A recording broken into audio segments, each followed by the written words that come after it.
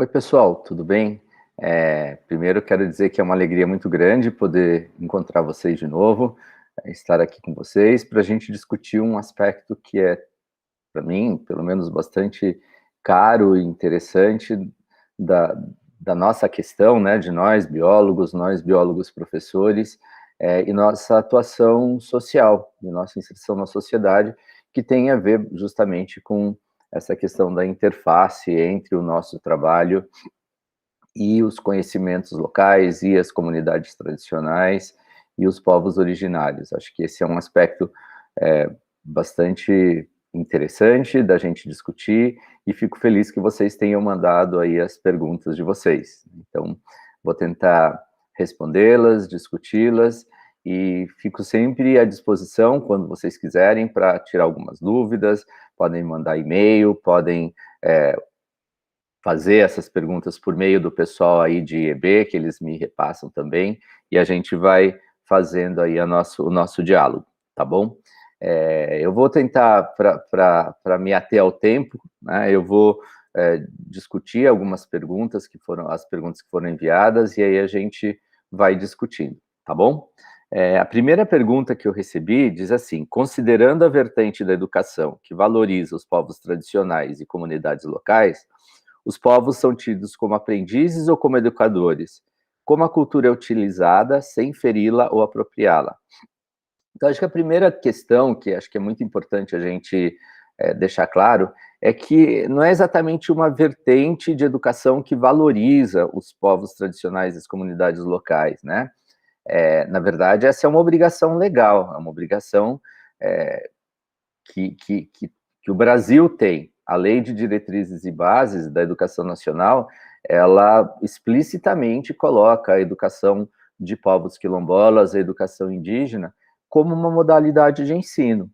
Então, na verdade, quando a gente está falando de educação desses povos, a gente está falando de uma obrigação social, né, que a educação brasileira tem, essa uma obrigação a ser cumprida. Então, não é exatamente uma vertente de valorização, né, desse tipo de educação. Essa é uma modalidade de ensino, como, por exemplo, a educação de jovens e adultos, como a educação à distância, como a educação técnica. Então, quando a gente vai lá na Lei de Diretrizes e Bases, a gente vê de que maneira a educação brasileira está estruturada, vocês devem ter visto isso em algum lugar, ou se não viram, provavelmente vão ver em alguma outra disciplina aí da licenciatura, né? E dentro da estruturação da educação brasileira, a gente tem várias modalidades de ensino, e a educação quilombola e a educação indígena são duas modalidades dentre essas que existem lá, tá bom? Então, na verdade, a gente está no cumprimento de uma obrigação, né, que é legal, que é inclusive constitucional. E aí tem essa questão, um aspecto que eu acho que é interessante a gente esclarecer desde já, né, que às vezes existe alguma confusão. Quando a gente está falando de povos tradicionais, a gente está falando de um conjunto bastante grande de povos, né, de culturas, dentre as quais estão, por exemplo, as comunidades quilombolas, dentre as quais estão os povos originários, né, os indígenas, e várias outras comunidades. Se a gente for pegar, por exemplo, só os povos do Cerrado, a gente vai ter geraizeiros, vazanteiros, raizeiros, quebradores de coco, são várias comunidades tradicionais, né, que fazem parte aí desse rol do que a gente vai chamar de comunidades tradicionais, tudo bem? Meu trabalho, de uma forma mais específica ou mais direta, é com as comunidades quilombolas. Então, na verdade, vários dos exemplos, ou várias das questões que eu vou trazer para vocês, têm a ver com essas comunidades, né? Mas eu posso abranger ou falar um pouquinho sobre as outras, aí não tanto a partir da minha prática, mas a partir dos conhecimentos, ou, enfim, das questões com as quais eu venho abordando no aspecto mais teórico. Tudo bem?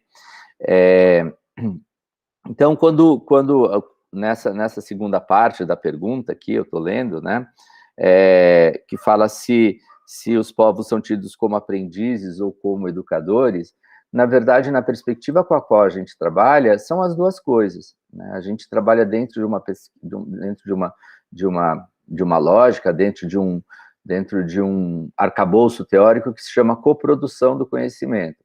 nessa coprodução, todos são colaboradores, todos são coparticipantes.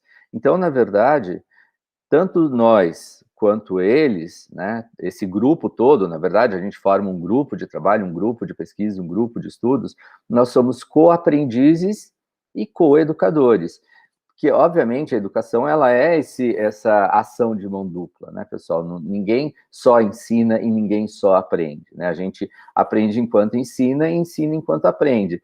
Então, essas comunidades, elas são, ao mesmo tempo, co-aprendizes e co-educadores. A gente está nessa troca em que cada um aprende e ensina dentro daquilo que conhece, dentro do seu sistema de conhecimento, né? E aí, quando essa terceira parte, eu achei interessante a terceira parte da pergunta, fala como a cultura é utilizada sem feri-la ou apropriá-la. É interessante porque quando a gente fala de cultura, a gente está falando como se houvesse uma cultura só, né? Assim, é um vício de linguagem, é como se a nossa cultura ocidental, a nossa cultura europeicêntrica, né, ela fosse a única, ou fosse a única cultura. Na verdade, a gente está falando de culturas diferentes, né? Existem essas diferentes culturas que formam a nossa nação, e isso é maravilhoso, porque existe essa diversidade. Então, eu entendi a pergunta, mas só queria fazer essa ressalva, que, na verdade, a gente está falando de culturas, né? E é óbvio que essa cultura europeia, ocidental, ela é uma cultura colonizadora, ela é uma cultura que tende a se impor, né? E acho que esse é, de fato, um cuidado que a gente deve ter de uma forma muito, muito direta e explícita, né? Que não se trata de uma doutrinação, não se trata de uma aculturação. Na verdade, o que a gente vai fazer é um diálogo de saberes, é um diálogo de culturas, é um diálogo de conhecimentos. É nessa perspectiva que a gente tem que se colocar quando a gente vai trabalhar com diferentes culturas, sejam elas quais forem. Porque senão, primeiro, vira uma ação que ela é totalmente horizontal e unidirecional, de mim para eles, sejam eles quem forem esses eles, né? E segundo, que ela não pode, a gente não pode caracterizar isso como uma ação educativa. Porque, como eu disse, a ação educativa ela é sempre bidirecional, né? A gente aprende, a gente ensina e é uma troca. Então, na verdade, esse sim é um cuidado que a gente tem que ter de não impor ou não tentar fazer com que a nossa visão de mundo prevaleça ou seja hegemônica sobre a outra visão de mundo, né, ou sobre as outras visões de mundo. Esse é um cuidado que é muito mais da nossa parte e assim, estando atento a ele, a gente já dá um passo gigante, na verdade, para que não aconteça esses danos aqui que essa pergunta traz, né? Ferir ou apropriar, ou uma preponderância, né, de uma cultura, no caso da nossa, ocidentalizada, sobre as outras, né?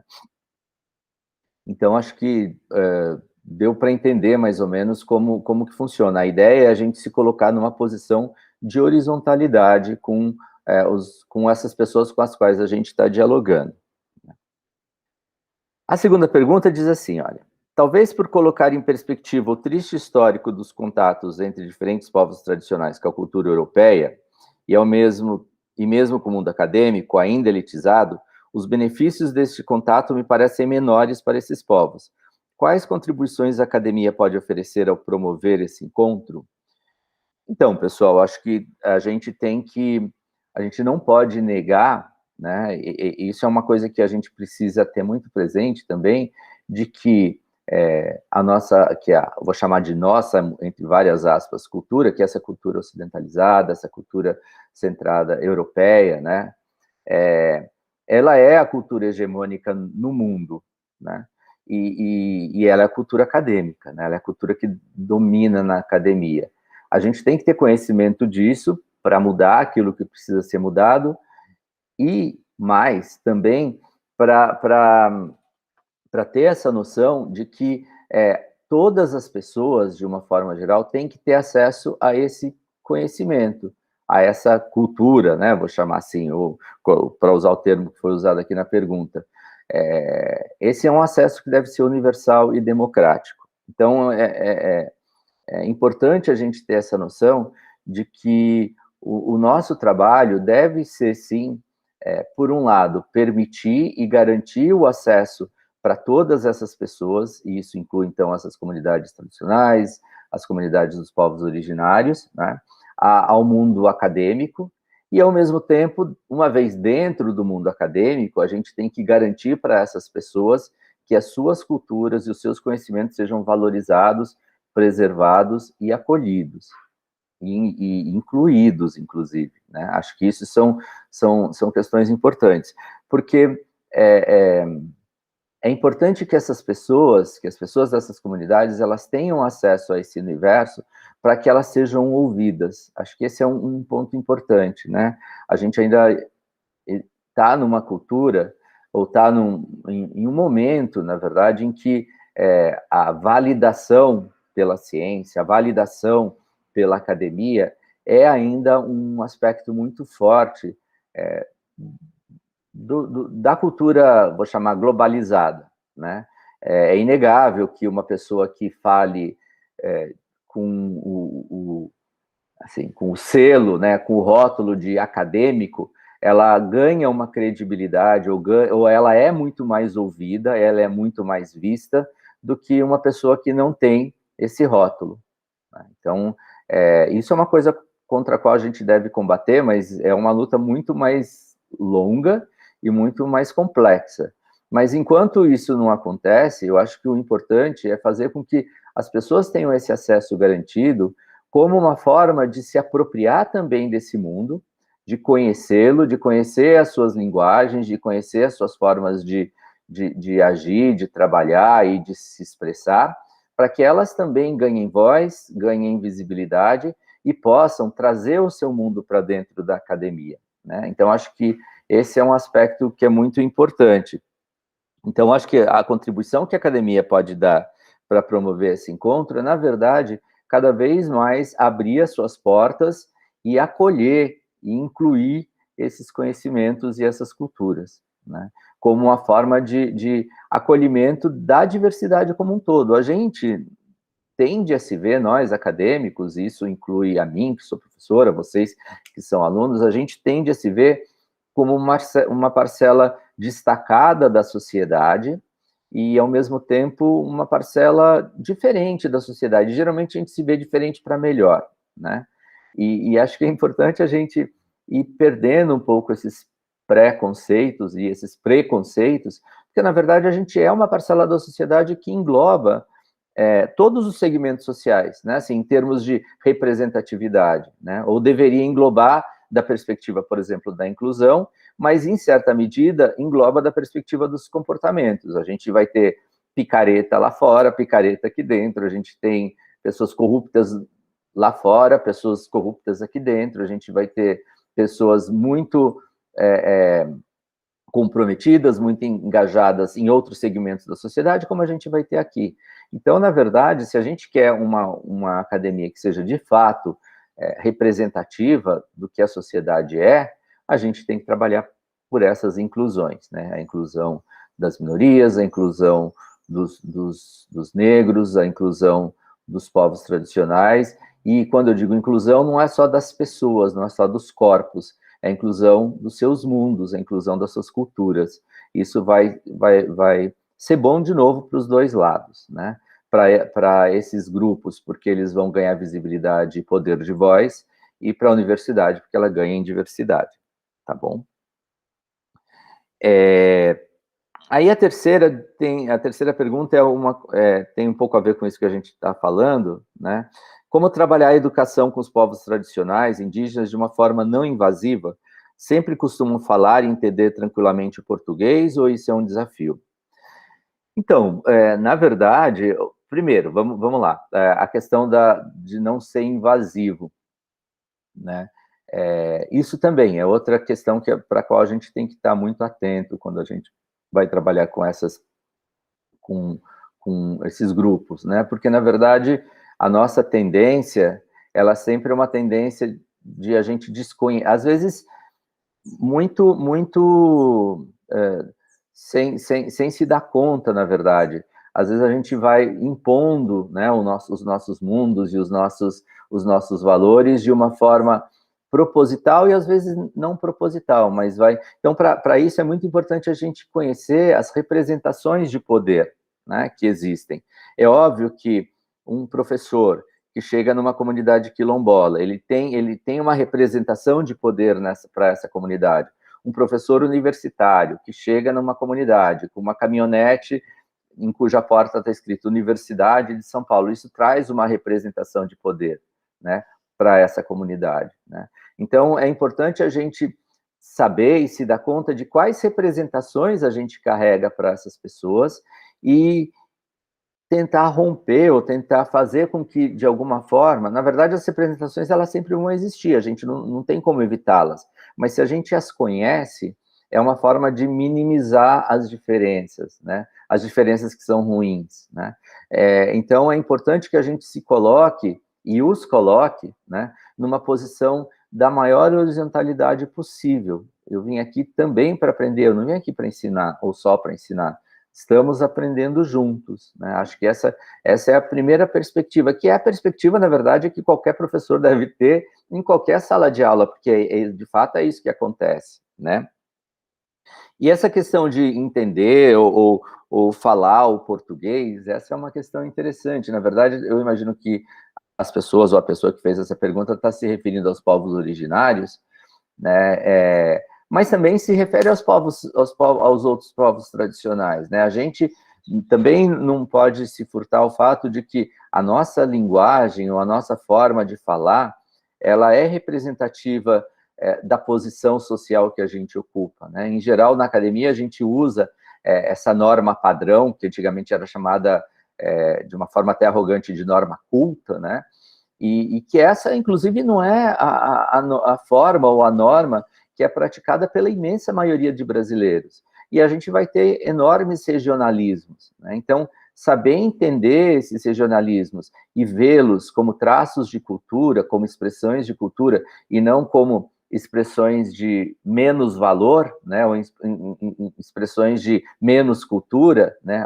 Eles falam português errado, ou eles falam português, sei lá, não padrão, vamos chamar assim, né? A gente tem que entender tudo isso como esse traço dessa enorme diversidade que o Brasil tem, e mais do que nunca a gente tem que se colocar nessa posição de aprendizes. Deixa eu aprender como eles falam, inclusive para a gente poder entendê-los e se fazer entender. Agora, é importante também chamar a atenção que, da perspectiva também legal da Lei de Diretrizes e Bases da Educação Nacional, a lei prevê que comunidades originárias, assim como comunidades quilombolas, elas tenham garantido o direito, por exemplo, principalmente nas comunidades originárias, ao ensino bilíngue, né, ao ensino no seu próprio idioma e ao ensino no idioma português, que é o idioma nacional, né, e que elas têm também a garantia do respeito às suas tradições e à sua cultura.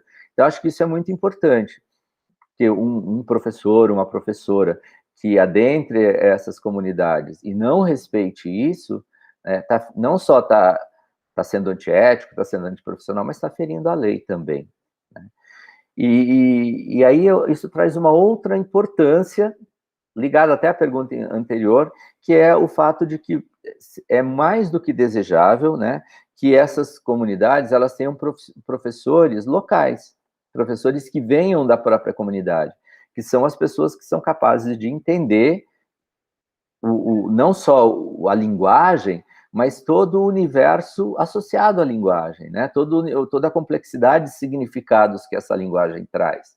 E explorar isso de uma forma muito positiva. E aí, de novo, vem aquela pergunta anterior de como a academia pode contribuir com isso. A academia pode contribuir com isso formando esses professores, né? Nós somos os que formam professores, né? A academia é quem tem os cursos de licenciatura. Então, esse é um outro traço muito importante, que a gente deve, de alguma forma, promover essa formação múltipla, né, nos nossos quadros. A quarta pergunta diz o seguinte: imagino que os povos tradicionais tenham métodos de aprendizagem diferentes, talvez mais ligados à tradição oral. Você poderia citar as estratégias utilizadas por eles e dissertar sobre como poderíamos incorporá-las ao ensino formal? Eu acho que sim, é fato isso, eu acho isso lindo, de fato, essas comunidades, elas têm uma tradição oral muito forte, né, e em certa medida, a gente já incorpora, consciente ou inconscientemente, né, muitos dessa, não sei se muitos, mas algumas dessas práticas. A roda de conversa, por exemplo, que a gente no ensino superior usa muito pouco, mas na educação infantil usa-se bastante. A roda de conversa é tipicamente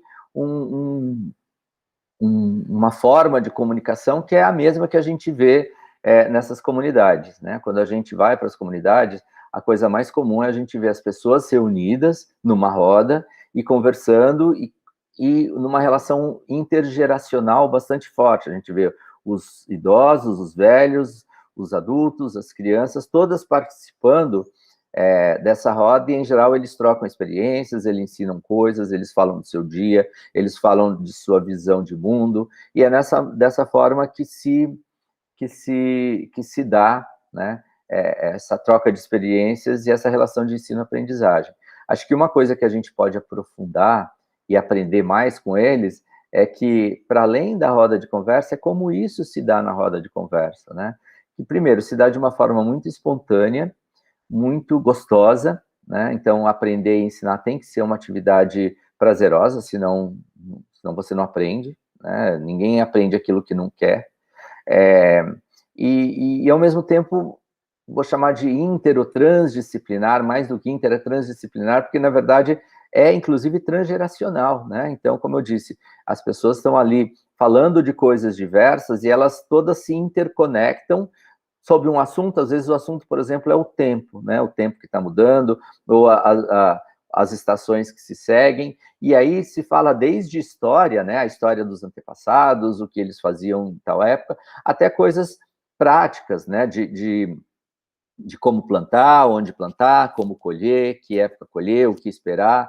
Então, essa leitura de mundo, que é uma leitura que é transdisciplinar, ela perpassa essas rodas de conversa, e eu acho que ela deveria ser trazida para o nosso universo também, porque, em geral, as nossas rodas de conversa, elas são totalmente compartimentalizadas, né? A gente vai discutir agora tal tema, e ponto, né? Da perspectiva de tal disciplina, e ponto, né? E não é assim que acontece nessas comunidades. Acho que isso elas têm a ensinar para a gente de uma forma muito importante, né?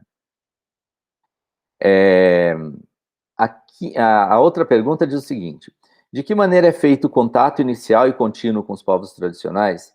Em sua avaliação, quais seriam os aspectos essenciais de perspectiva educacional e noção social para manter uma relação saudável com os povos tradicionais?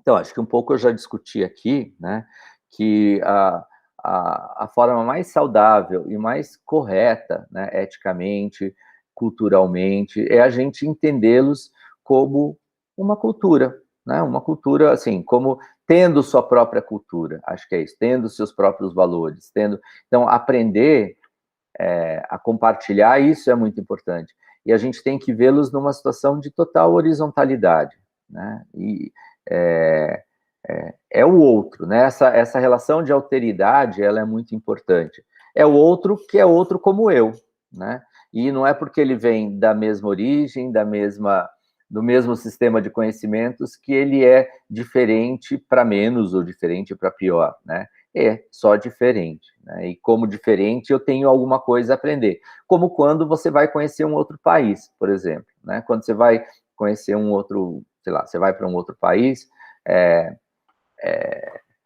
você se coloca nessa situação de aprendiz também.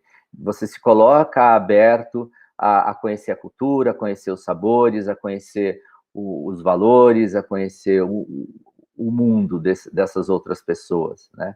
Então, adentrar o universo dessas comunidades é adentrar uma outra nação culturalmente falando, uma outra nação com seus sistemas de valores, de conhecimentos. Então, acho que é com essa mesma abertura que a gente tem que se colocar, né? E aí tem uma pergunta muito importante, que é como abordar, como chegar nessas comunidades, né? essa é uma relação de extrema confiança. Então, a gente tem que estabelecer uma relação de confiança. Não é algo que se faz da noite para o dia. A gente vai ter que ir, quando a gente começa a trabalhar com um grupo, a gente faz várias viagens de campo até esse local, até a gente ter essa abertura e essa confiabilidade mútua, né, suficiente para a gente começar o nosso trabalho. Em geral, essas comunidades, elas têm seus líderes, né? Geralmente tem os líderes natos, ou os líderes que são natos e ou escolhidos, né, pela comunidade, então, e que são reconhecidos como autoridades. Então, uma primeira questão é saber quem são essas lideranças e chegar à comunidade por elas, né? Porque você não pode ir chegando sem pedir licença, né? Você não pode ir chegando porque você quer muito fazer alguma coisa e trabalhar naquele grupo. Você tem que primeiro saber se eles querem trabalhar com você e ter permissão para isso, né? Você não entra na casa de ninguém sem antes bater na porta. Então, basicamente quem são essas lideranças, conversar com as lideranças, ouvi-las, mais do que falar, saber ouvi-las no primeiro momento, né? E a partir disso, começar essa construção de relação de confiança, dizer a que você veio, ser muito transparente, né? Essas pessoas, de uma forma geral, elas têm uma leitura interpessoal muito forte, né? Porque elas são acostumadas com essa relação interpessoal muito mais do que nós. A nossa relação interpessoal, principalmente urbana, ela é mediada por vários instrumentos, por papéis, por contratos, por formas que, de alguma forma, se interpõem entre os interlocutores, e lá não, a interlocução é muito direta. Então, é muito difícil, mesmo que você queira, né, não é o caso de vocês que não vão querer, mas mesmo que alguém queira enganar, entre aspas, ou dar aí um balão nessas comunidades, é muito difícil de fazer isso, porque, na verdade, eles têm uma leitura dessa transparência, da linguagem corporal, da forma como você aborda, de uma forma muito direta, né, e muito, muito, muito forte. Então, é importante que essa abordagem ela se dê da forma mais tranquila e, ao mesmo tempo, respeitosa possível, né? E aí, uma última pergunta que diz: como você acredita que seu trabalho e de outros auxiliam a mudar a visão de parte da sociedade em relação a rótulos que são colocados aos povos tradicionais? Eu penso que é muito nessa linha, né? Eu gostaria muito que as pessoas, quero muito que as pessoas, a partir do nosso trabalho, elas entendam que essas comunidades, que esses povos, eles são parte do Brasil, tanto quanto eu, né? Tanto quanto vocês, que eles têm, por conta disso, rigorosamente os mesmos direitos, né? Isso inclui o mesmo direito a acesso ao conhecimento sistematizado, à educação formal, o mesmo direito a chegar onde qualquer pessoa queira ou sonhe chegar. Então, acho que, e qualquer ação que cerceie isso é uma ação que é anticultural, antidemocrática, anticonstitucional, antilegal, né? E, então, acho que eu vejo muito a nossa função, e quando eu digo nossa, das pessoas que trabalhamos com essas comunidades, que a gente tem principalmente a função de dar voz para esses grupos, né? A gente não vai ensinar o que eles têm a falar, porque, na verdade, eles sabem exatamente o que eles têm a falar, né? Não é a gente que vai ensinar, não é a gente que vai proporcionar isso. O que geralmente eles não têm, e eles não têm por conta da nossa imposição cultural, dessa cultura colonial, dessa cultura ocidentalizada, isso produziu um silenciamento histórico e uma visibilidade histórica, né?